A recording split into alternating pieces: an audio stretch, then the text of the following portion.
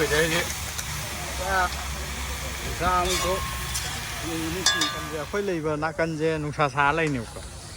ꯁꯣꯝ ꯅꯥꯀꯟꯁꯤꯅ ꯑꯃꯨꯛ ꯅꯣꯡ ꯇꯥꯔ ꯂꯩꯕꯅꯦꯕ ꯌꯧꯁꯜꯂꯛꯑꯦ ꯐꯖꯔꯦ ꯌꯨꯇ꯭ꯌꯨꯕꯔ ꯌꯧꯁꯜꯂꯛꯑꯦ ꯌꯨꯇ꯭ꯌꯨꯕꯔꯁꯦ ꯈꯤꯇꯪ ꯊꯦꯡꯉꯦ ꯍꯥꯏꯇꯥꯔꯦ ꯂꯦꯠ ꯐꯥꯔꯁ ꯃꯥꯏ ꯕ꯭ꯂꯣꯛꯅꯦ ꯑꯩꯈꯣꯏ ꯉꯁꯥꯏꯗꯩ ꯂꯝꯕꯤꯁꯦ ꯑꯆꯧꯕ ꯇꯤꯝ ꯑꯃꯃꯨꯛ ꯌꯧꯁꯜꯂꯛꯑꯦ ꯇꯣ ꯊꯧꯖꯤꯜꯂꯦ ꯇꯣ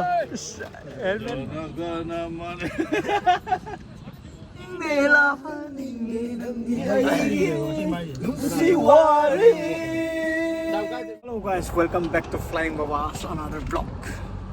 Masamuk yaudre, masamuksu lakini. Do hojipaugi oina leiba condition je akoi posai ten nung loi khannaba khang adagi loi anamna loi ready oisale wali bai bu akoi grocery item ga akoi mana masing kharaga si khangai re asige kaino je sana ba item je nganu ne tare ado si akoi mari advance team akoi mi mari chale taken di yaure si mamanga santundra koi hungo daibora sagare yaure moi ani ma lakini flying baba hoji recharge kan tori mangana hing tum da ye tare aduga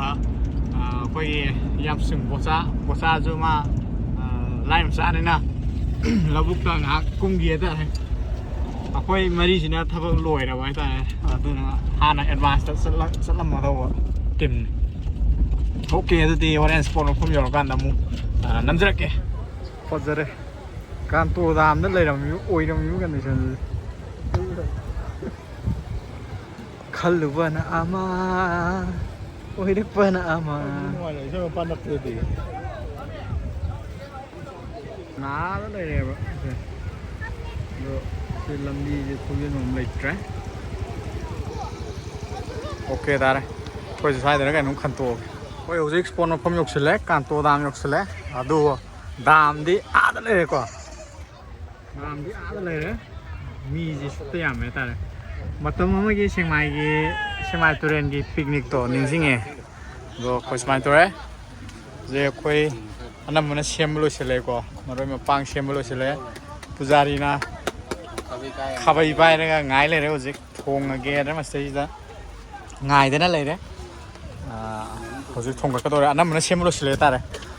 nongju tasli nong taraga jo khoi ju yam phajaba ten ga lawrak phagi nuani ta mai le potse am thinwai da khoi brother mam ji ru jari thau haijan jaba to bidora em pujari hau ta di yai ga me wadi subtang na nganu leiraga mathe to dudi kano da leire lai gi hapu ipa da le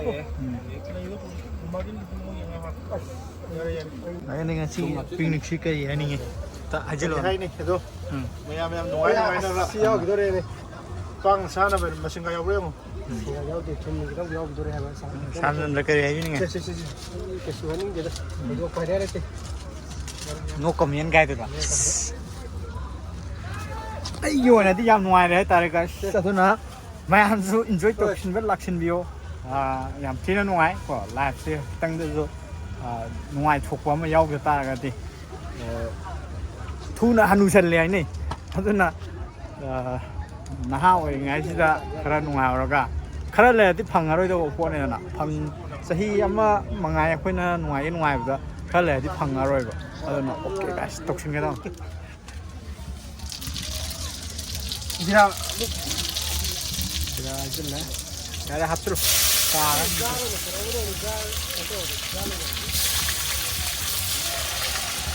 mokon thoe andakte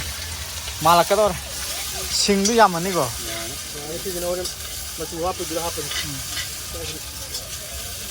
sing yamade khanau sain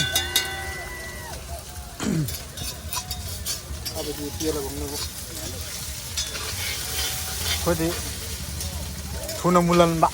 thuna sa ba huwa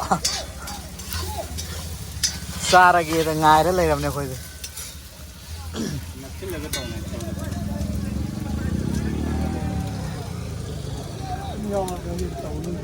lấy một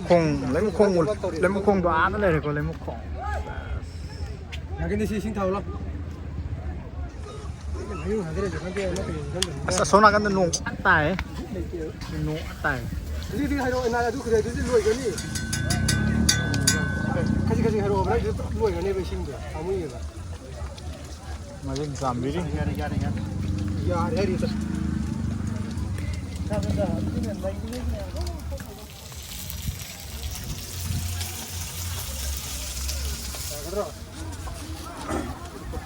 ꯁꯥ ꯍꯥꯞꯆꯤꯟꯖꯕ ꯊꯥꯒꯤꯅꯤ ꯍꯟꯇꯣ 우예네 우예 다음에 나한테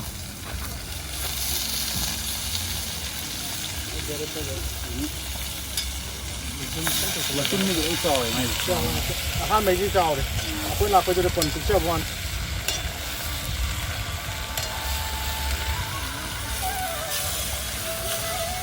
ꯀꯅꯥꯅꯣ phone ꯇꯧꯔꯤꯁꯦ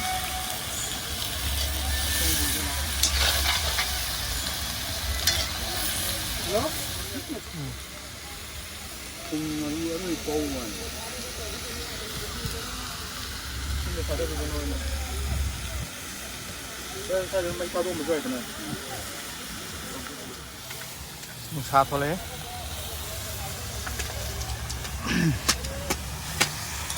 ꯁꯥꯕꯥꯁ ꯉꯁꯤꯒꯤ ꯋꯦꯗꯔꯁꯦ ꯅꯨꯡꯁꯥ ꯑꯃꯨꯛ ꯊꯣꯛ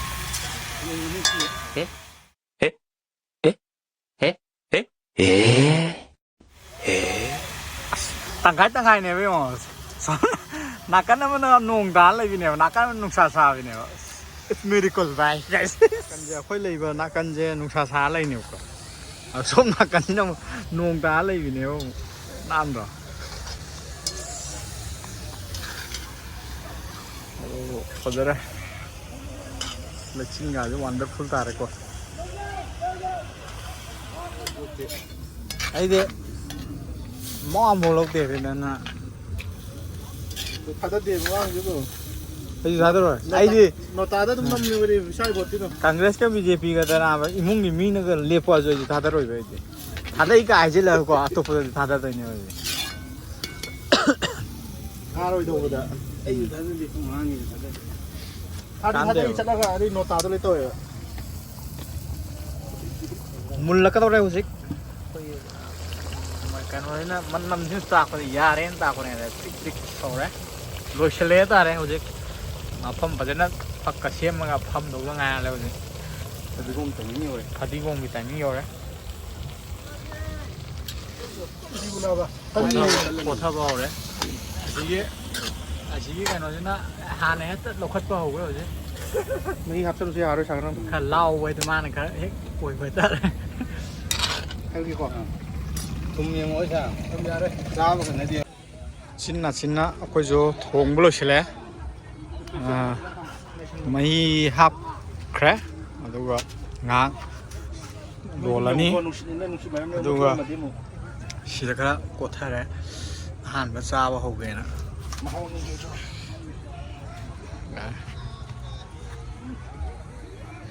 ꯐꯖꯔꯦ ꯑꯁ ꯍꯧꯖꯤꯛꯁꯨ ꯅꯨꯡꯉꯥꯏꯔꯤ ꯐꯖꯔꯦ ꯁꯤꯅꯔꯤꯗꯤ ꯃꯩ ꯆꯠꯂꯦ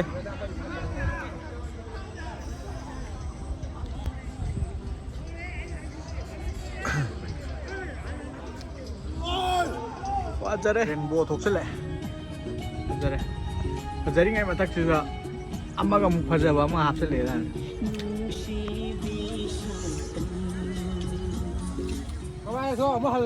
ꯑꯩꯈꯣꯏꯒꯤ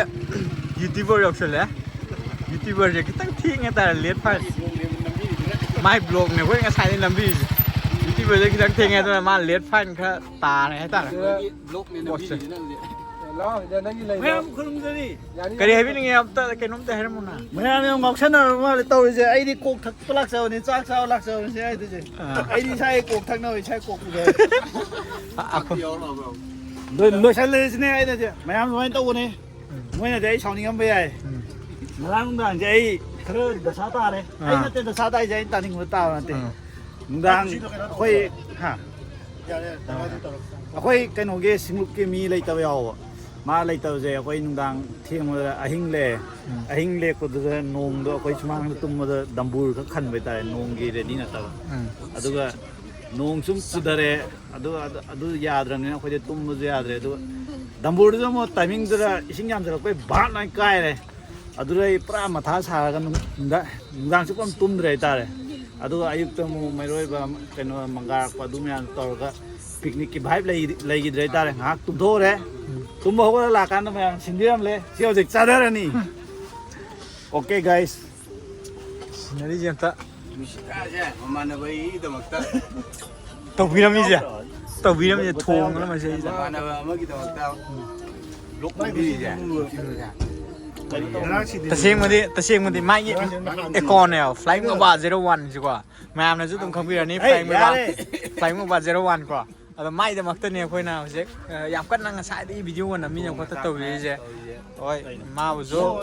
ꯁꯪꯗꯕꯩꯅꯦ ꯍꯥꯏꯇꯥꯔꯦ ꯑꯗꯣ ꯁꯤꯅꯔꯤꯁꯦ ꯃꯌꯥꯝꯗꯁꯨ ꯌꯦꯡꯍꯟꯒꯦꯗꯅꯀꯣ ꯂꯩꯔꯤꯕ ꯀꯟꯗꯤꯁꯟꯁꯦ ꯑꯝꯇ ꯌꯦꯡꯉꯨ ओ भाई ये क्या है व्हाट इज दिस बिहेवियर ना वो उठ रहे नंगे लाइक अतई खंगदे मैम ꯇꯠꯂꯤꯀꯣ ꯑꯩꯅ ꯑꯃꯨꯛ ꯍꯥꯞꯄꯦꯕ ꯈꯪꯕ꯭ꯔꯥ ꯁꯤ ꯈꯪꯕ꯭ꯔꯥ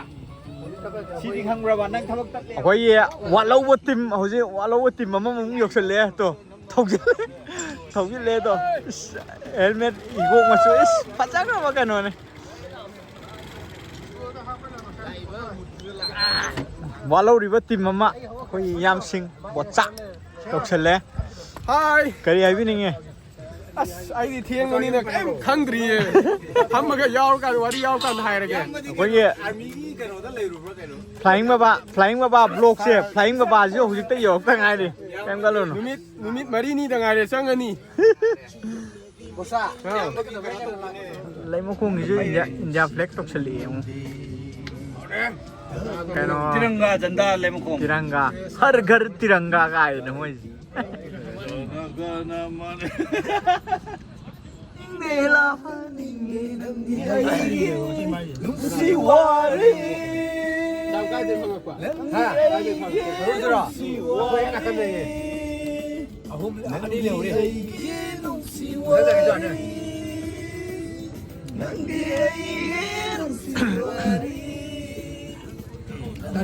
ꯃꯔꯤꯗ ꯑꯩꯈꯣꯏ ꯀꯥꯡꯕꯨꯒꯤ ꯃꯔꯨꯞꯀꯤꯗꯣ ꯐꯥꯕ ꯉꯝꯃꯗꯤ ꯉꯔꯥꯡꯗꯤ ꯀꯩꯅꯣ ꯐꯪꯗꯦ ꯊꯦꯡꯖꯤꯜꯂꯝꯅꯤꯅ ꯍꯟꯕꯗ ꯆꯥꯝ ꯊꯣꯛꯑꯦ ꯃꯣꯏ ꯂꯝꯕꯤ ꯈꯪꯗꯕꯩꯅꯦ ꯂꯝꯕꯤꯁꯨ ꯈꯪꯗꯕꯩꯅꯦ ꯃꯣꯏꯁꯦ ꯖꯥꯝ ꯊꯣꯛꯏ ꯑꯗꯨꯒ ꯋꯦꯗꯔꯁꯨ ꯅꯣꯡ ꯈꯥꯏ ꯍꯥꯏꯇꯥꯔꯦ ꯑꯩꯈꯣꯏ ꯄꯥꯔꯇꯤ ꯂꯣꯏꯕꯒꯤ ꯑꯩꯈꯣꯏ ꯀꯩꯅꯣ ꯇꯧꯋꯦ ꯍꯥꯏꯇꯥꯔꯦ ꯑꯩꯈꯣꯏꯅ ꯃꯣꯠꯁꯜꯂꯝꯕ ꯃꯌꯥꯝ ꯁ꯭ꯋꯥꯏꯗ ꯂꯣꯏꯁꯟꯕꯁꯦ ꯑꯩꯈꯣꯏ ꯀꯩꯅꯣ ꯇꯧꯋꯦ ꯍꯥꯏꯇꯥꯔꯦ ꯄꯨꯕꯁꯨ ꯀꯥꯟꯅꯗꯕ ꯁꯤꯗꯒꯤ ꯊꯣꯛꯑ ꯀꯥꯟꯅꯗꯕ ꯑꯗꯨꯒꯗꯤ ꯑꯩ ꯋꯥ ꯉꯥꯡꯕ ꯍꯩꯇ꯭ꯔꯦ ꯚꯤꯗꯤꯑꯣ ꯂꯣꯏꯁꯜꯂꯒꯦ ꯑꯩꯈꯣꯏ ꯍꯟꯕꯒꯤ ꯀꯟꯗꯤꯁꯟꯗ ꯂꯩꯔꯦ ꯍꯧꯖꯤꯛ ꯒꯥꯔꯤꯗꯤ ꯌꯥꯗ꯭ꯔꯕꯅꯤꯅ ꯏꯟꯗꯣꯔꯦ ꯍꯥꯏꯇꯥꯔꯦ ꯐ꯭ꯂꯥꯏꯡ ꯋꯥꯡꯕ ꯌꯥꯝ ꯑꯦꯛꯇꯤꯚ ꯑꯣꯏꯔꯤ ꯍꯥꯏꯇꯥꯔꯦ ꯕ꯭ꯔꯣ ꯑꯩꯈꯣꯏꯗꯤ ꯀꯣꯛ ꯊꯛꯄꯅꯤꯅ ꯈꯔ ꯑꯦꯛꯇꯤꯚ ꯑꯣꯏ ꯍꯥꯏꯇꯥꯔꯦ ꯑꯣ ꯃꯤꯠꯇꯤ ꯎ ꯄꯥꯡꯗ꯭ꯔꯦ ꯐꯖꯔꯦ ꯕ꯭ꯔꯗꯔ ꯀꯩ ꯍꯥꯏꯅꯤꯡꯉꯤ ꯉꯁꯤꯁꯦ ꯌꯥꯝ ꯍꯧ ꯇꯧꯗꯅ ꯅꯨꯡꯉꯥꯏꯔꯦ ꯑꯗꯨ ꯒꯥꯔꯤ ꯑꯝꯇ ꯏꯟꯖꯦ ꯒꯥꯔꯤ ꯏꯟꯗꯣꯔꯦ ꯑꯣꯀꯦ ꯍꯜꯂꯦ ꯍꯧꯖꯤꯛ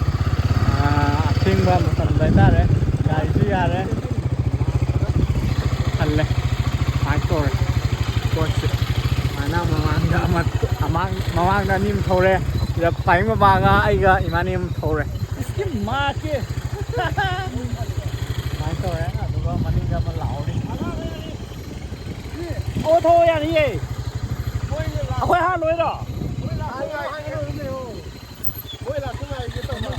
ꯂꯥꯛꯏꯁꯤꯗꯤ ꯂꯥꯛꯀꯅꯤꯌꯦ ꯁꯨꯃꯥꯏꯅ ꯇꯧꯗꯅ ꯑꯩꯈꯣꯏ ꯉꯁꯤꯒꯤ ꯑꯣꯏꯕ ꯄꯥꯔꯇꯤ ꯂꯣꯏꯁꯤꯜꯂꯦ ꯀꯔꯤ ꯍꯥꯏꯕꯤꯅꯤꯡꯉꯤ ꯐ꯭ꯂꯥꯏꯡ ꯕꯕꯥ That's it for today. Flying Baba signing off from Kato Dam. ꯎꯕ꯭ꯔꯣ ꯎꯗꯕꯗꯗꯤ ꯈꯪꯗꯦ ꯀꯣꯟꯅ ꯌꯦꯡꯉꯒꯦ